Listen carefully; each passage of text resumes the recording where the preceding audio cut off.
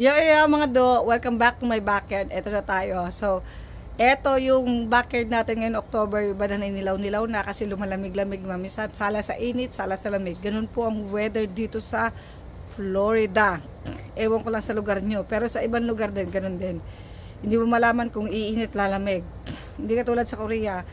Pag palamig, dahan-dahan, palamig, sobrang lamig, painit, sobrang init. Ganun.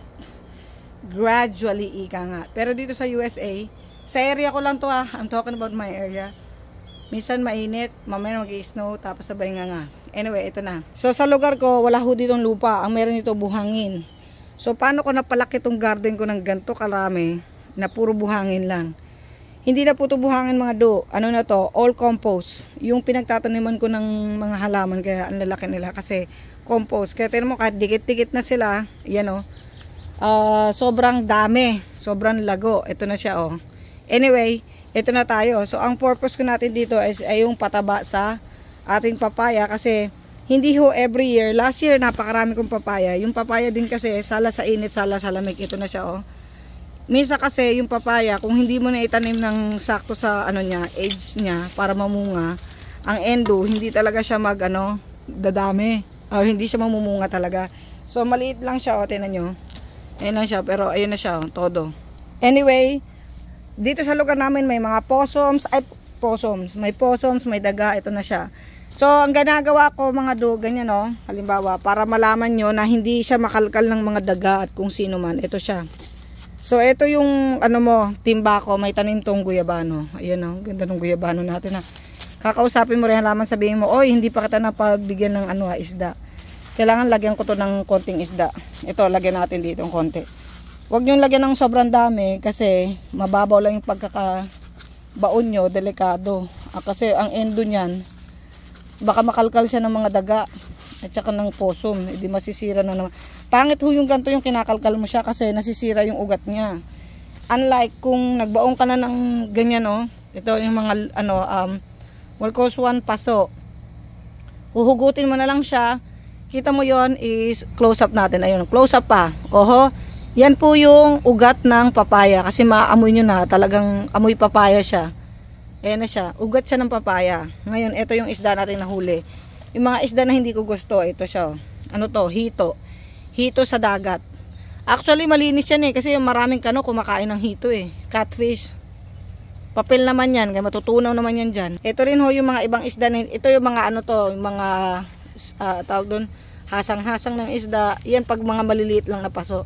Ito yung mga isda na hindi ko rin gusto. Yan Pero maganda rin sana to kaso maliit masyado Pero walang maliit sa Pilipinas, kinakain to, masarap to. Ito yung tilapia ng sa dagat, ang ganda ng kulay. Napakalinis ho nitong gantong isda, napaka-fresh. Kaso no choice dahil nakatira ako malapit sa dagat, hindi namimili din ako ng isda. Yan So, ayan siya. Ibabaon mo lang siya dyan. Tapos, kumuha ka ng konting lupa. Lagyan mo ng lupa yung binaon mo. Buhangin na ho pala to. Ayan lalagyan ko lang ng ganyan. Konti niya. Tapos, ibabalik natin to dyan.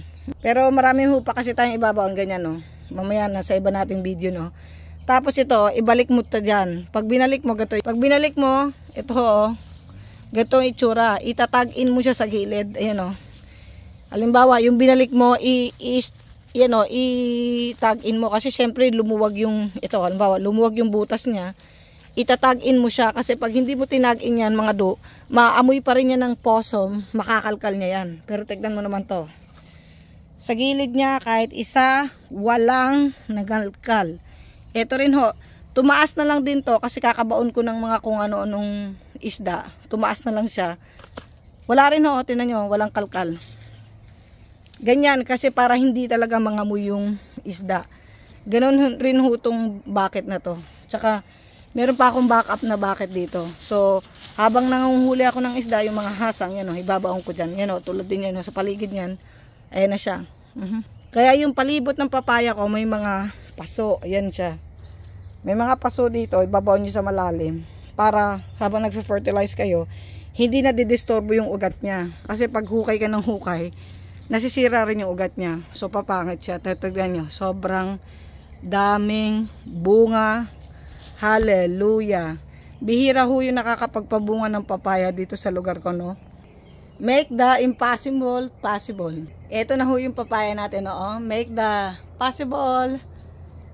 impossible possible. O, diba? Ang ganda ho. Ang ganda ng papaya ko, de.